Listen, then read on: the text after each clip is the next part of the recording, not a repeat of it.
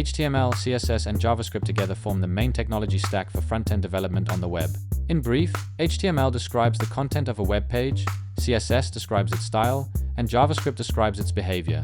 For beginners, this description may seem somewhat abstract, so let's be more specific. What you are seeing now is a simple web page. It has multiple headings, each followed by its own body content that may contain images. Clicking a heading can expand or collapse its corresponding content. Designing a website like this requires the use of the 3 languages mentioned above. Specifically, HTML is responsible for describing the content of the web page itself, meaning that you sequentially mark up and write out the heading, image, and paragraph content. CSS is responsible for defining the style of each part. For example, in CSS, you can set the heading font size to 36px and make it bold, the image width to 100%, and set the corners to a 20px border radius. JavaScript is responsible for defining the behavior of the web page. For instance, here it allows the body content to expand or collapse when the heading is clicked. In this video, we will first teach HTML. CSS and JavaScript will be covered in later videos. Let's get started.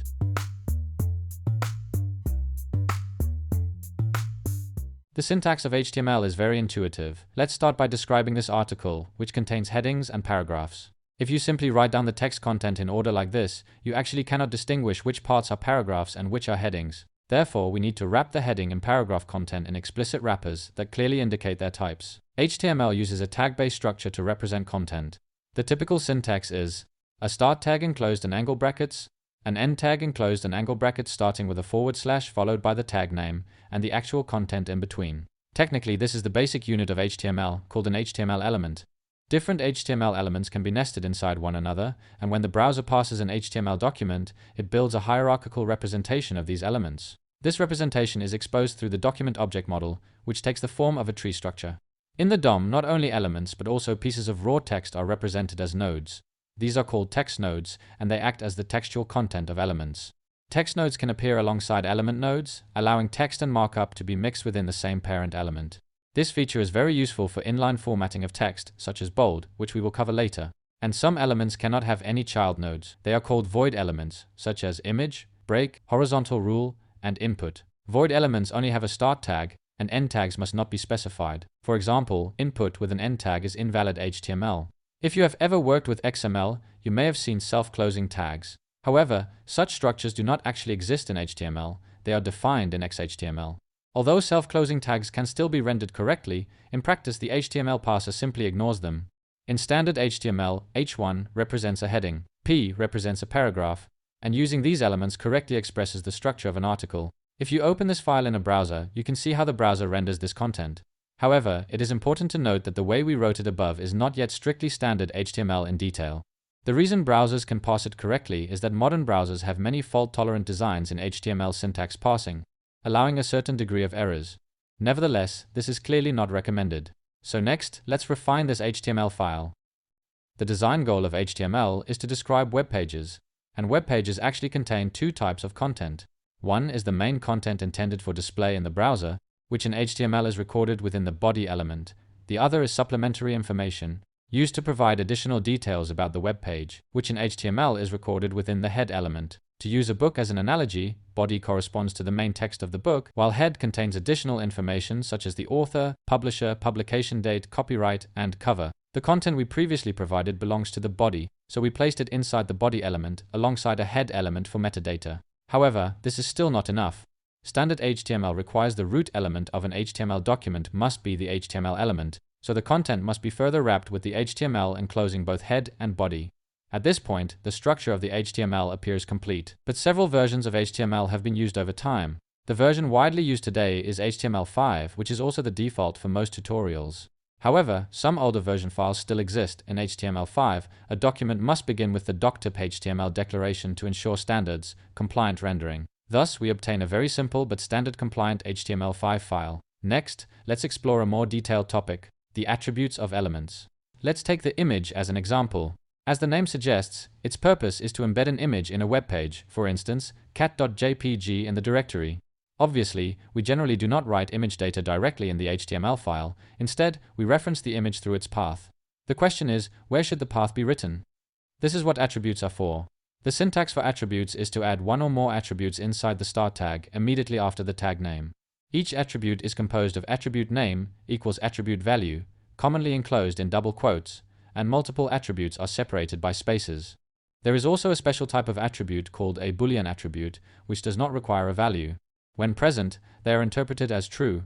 When absent, they are interpreted as false. We will explain this in detail when we encounter specific elements later. Each HTML element has a set of attributes. For the image, SAR and alt are the two most basic attributes. The src attribute specifies the image URL. The alt attribute provides alternative text, which the browser displays if the image fails to load, for example, due to network issues or missing resources. When you provide the rendering parameters for an image through attributes, the image will be correctly displayed on the web page. If we intentionally introduce a typo pointing to a non-existent image, the alternative text will be displayed. Additionally, some extra attributes allow more precise control, such as width and height for specifying the image's dimensions. By the way, although you can directly set the size of an element in the tag, it is generally recommended to use CSS for such visual styling. In HTML, CSS can be written inline through the style attribute. We will cover CSS in more detail later. Good news, you have almost mastered all of HTML's syntax. Not so surprising, from a syntactic perspective, HTML is extremely simple. Its only fundamental building blocks are elements. This small snippet of code can almost represent the entire syntax structure of HTML.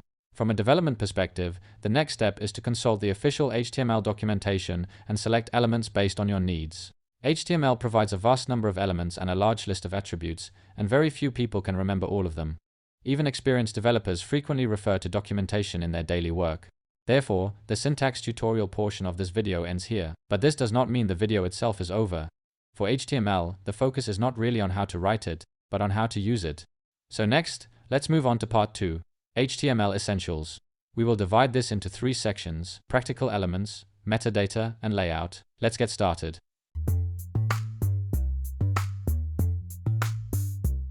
Let's start with practical elements. The HTML5 standard defines over 100 elements. Without proper guidance, if you try to look them up on your own, you'll quickly become confused. So it's necessary for me to give you a basic framework. I've designed a mind map, which I will put in the comments section for you to save. It covers almost all commonly used HTML elements.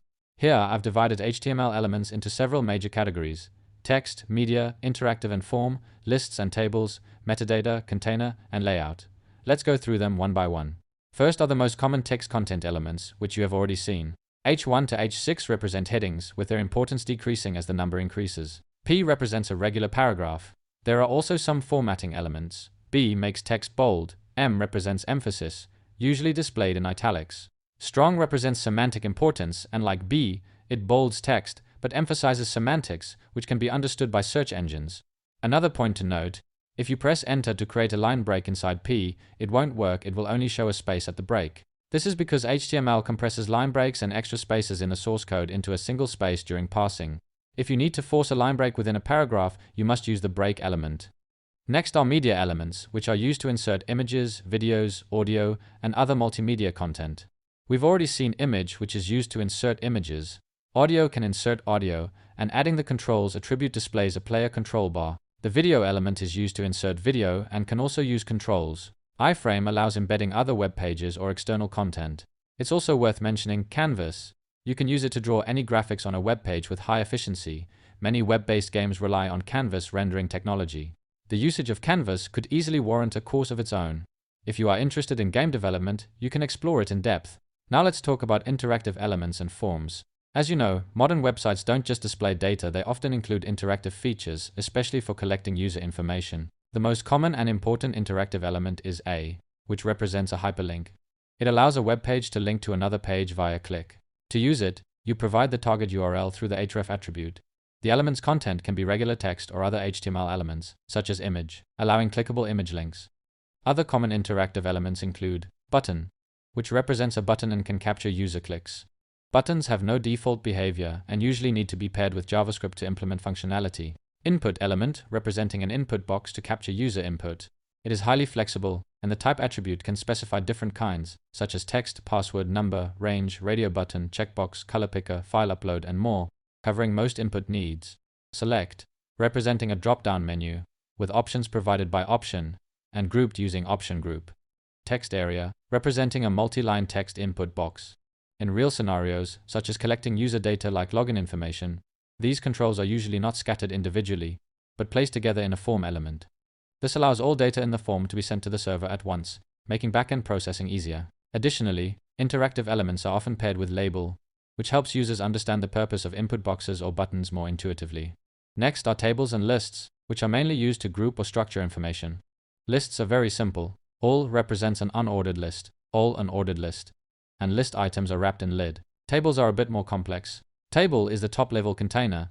TR represents a row, TH represents a header cell, TD represents a regular cell, and caption can add a title to the table. Lastly, metadata and container elements are more specialized and involve additional concepts, so we'll cover them separately next.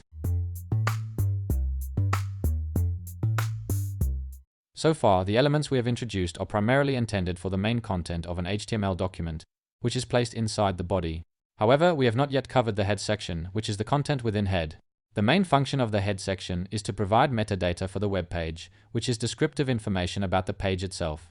This information does not display directly on the page, but it is crucial for browsers, search engines, and the loading of external resources. The most commonly used element for defining metadata is title.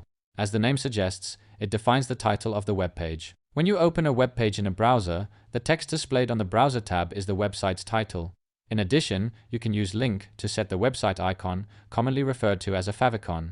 In fact, link is a multifunctional element primarily used to establish relationships between the current document and other files, specifying its purpose through the rel attribute. For a favicon, the value of rel should be set to icon, and the href attribute specifies the path to the external resource. Besides that, there are other values related to icons, mainly used to achieve better display effects on devices with different platforms and resolutions. For example, you can provide a dedicated high-resolution icon for the mobile Safari browser through Apple Touch icon. Another common function of link is to link external style sheets, that is, CSS files. You just need to set rel to style sheet and provide the file path through href. This allows you to apply styles to the web page and control its visual appearance. The meta element is equally important.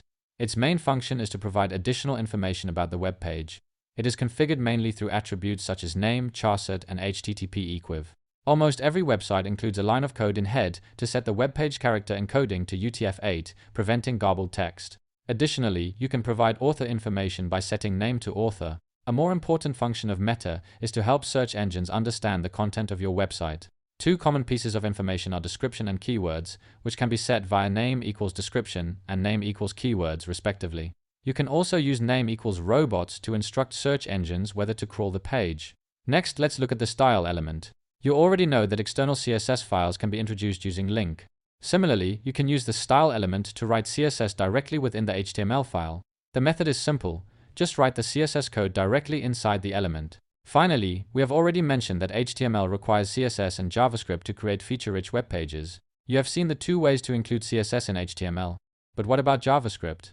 The answer is the script element. It is important to note that link cannot be used to include JavaScript as it does with CSS, because link is only used to reference non-executable resources, such as CSS files or preloaded assets. JavaScript code, whether linked externally or written directly in HTML, must use the script element. The usage is very straightforward. To include an external file, simply specify the file path using the src attribute. A key point to remember is that the script tag must have a corresponding closing tag. It's not the void element. If you want to write JavaScript directly in the page, called inline scripts, the usage is similar to style. Just write the code directly within the element. Next, we move on to the final important topic: containers, layout, and search engine optimization. So far, everything we've seen is stacked from top to bottom like a waterfall. This is the default document flow in HTML. But modern web pages often have more complex structures, requiring more flexible layout methods, for example, placing multiple images in a row, or mixing text and images. To address this, HTML provides some commonly used container and layout elements, the most basic of which are div and span. Simply put, div is a block-level container, commonly used for sectional layout, occupying a full line and functioning similarly to a paragraph. Span is an inline container, typically used to style or wrap a small portion of text without breaking the paragraph structure, functioning like sequential arrangement within text. In engineering practice, div's layout capabilities are usually enhanced with CSS. For example, CSS can easily achieve horizontal alignment, vertical stacking, grid layouts, and more. This will be a focus in later CSS tutorials. In short, whenever you design a web application, you will frequently deal with layouts. Beyond the basic div and span containers, modern HTML also provides many semantic layout elements. These elements are similar to div, but carry specific meanings, making documents more structured. They allow web pages to be visually divided while also expressing hierarchical relationships logically. Here are common semantic layout elements and their typical positions on a website. Header represents the header area, usually containing a title, navigation bar, etc. Nav represents the navigation area, containing site menus or links. Main represents the main content area of the page. A document typically has only one main. Aside represents supplementary information related to the main content, such as sidebars or recommended links. Article represents an independent article or post, which can be read or republished separately. Section represents a logically independent content block, such as a chapter in an article. Footer represents the footer area, usually containing copyright information, contact details, etc. If div is a non-semantic box, these semantic elements are labeled boxes. For programming and browser rendering, they look almost the same visually, but for search engines and assistive devices like screen readers, they convey additional information about the web page structure. These semantic elements are very helpful for search engine optimization, or SEO. Search engine crawlers not only read the text on a web page but also rely on the HTML structure to identify the content's key points. For example, header and nav help identify the site's navigation structure. Main clearly marks the main content area. Article and section indicate the topic of each content block. Footer is often used to collect site information and contact details. Proper use of semantic elements allows search engines to better understand your site's design logic and functionality, improving its performance in search results. Therefore, in practical development, when implementing layouts, if a semantic element can express your intent, you should prioritize it. This makes your web page easier to maintain and more understandable to search engines. To summarize, HTML as a markup language has very simple syntax, and you can learn its basic rules in just a few minutes. The real challenge lies in becoming familiar with and mastering the use of various elements. To this end, I have designed a mind map that will be very useful for future reference. I will place this map in the comments section so you can save it. In the next few videos, we will continue introducing CSS and JavaScript to help you fully understand the fundamentals of front-end development. Thanks for watching. I'm Mark. See you next time.